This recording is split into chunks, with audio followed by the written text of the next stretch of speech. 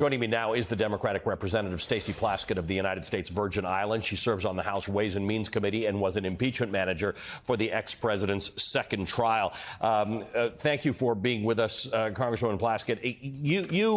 Again, I always turn to you because you did the job in the impeachment of laying out what was happening in real time. And all of this information that you're getting, including the McCarthy conversations with Donald Trump, they all add meat to the framework, the skeleton that you built. How does this, is there new information that you're getting, or does this all, as Jamie Raskin told me last night, sort of reinforce the narrative that you had already figured out? It really does add more flesh onto the body of what we did. I think we really laid the foundation and gave the framework, the skeleton, and some of the sinew.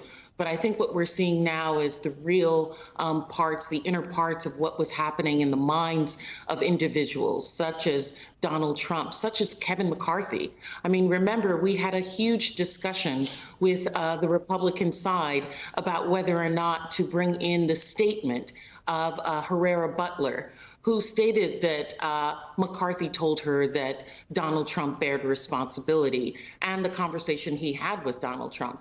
And this committee has gone to great lengths with tremendous staff to make sure that we have all of the details that we only knew as a shadow.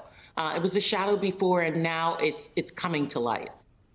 One of the more interesting things about this in a New York Times article was how Mark Meadows was warned that January 6th could turn violent. This is testimony as well that the January 6th committee has heard. Mark Meadows, the final chief of staff for President Donald J. Trump, was told that plans to try to overturn the 2020 election using so-called alternate electors were not legally sound, and the events of January 6th could turn violent, but he pushed forward with a rally anyway, the House committee investigating the Capitol attack alleged in a Friday night court filing. That was last night. This is an important development because it separates the argument that some in Donald Trump's circle make to say, we didn't like the election results, but we weren't looking for a coup or an insurrection. This little bit of information changes that. It does. And it shows that within the inner circle of Donald Trump, they were keenly aware of what would happen. As I'm sure you recall, Ali, during the testimony, the presentation that I gave, I shared that the president himself changed the parameters of the permit, which was originally just to stay in one area. He was the one who changed the permit to bring it to the Capitol, knowing at the time that those individuals who were involved in the planning, involved in bringing people, had been violent within the last month.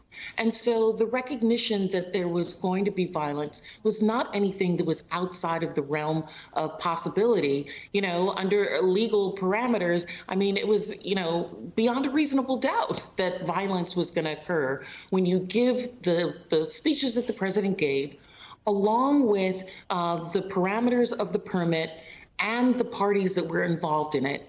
That had to move forward. So I will never forget the presentation you made during the impeachment, and I recommend to people, if they've got some time, to watch that back, because you interpreted all the various things that we knew, the news reports, the video, the individual video. You had graphics and pictures, 3D pictures of the Capitol. It was very compelling. Jamie Raskin says the public testimony in June is going to blow the roof off. Will that move public opinion on the matter? Because there are still a whole lot of people who maybe don't like Donald Trump, don't like what happened on January 6th, but they see it in the rearview mirror as an aberration, an anomaly, and that we need to move on.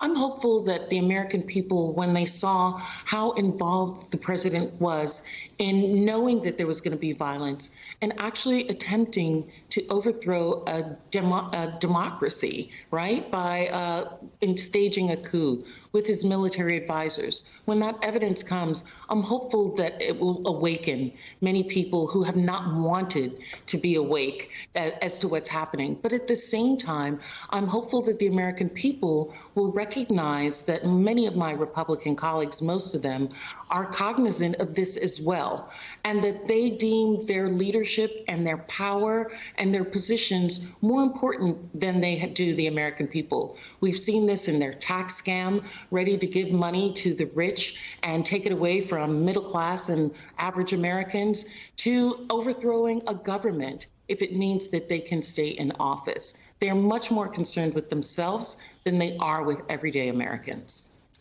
Democratic Representative Stacey Plaskett of the U.S. Virgin Islands, we always appreciate your time. Thank you for joining us this morning.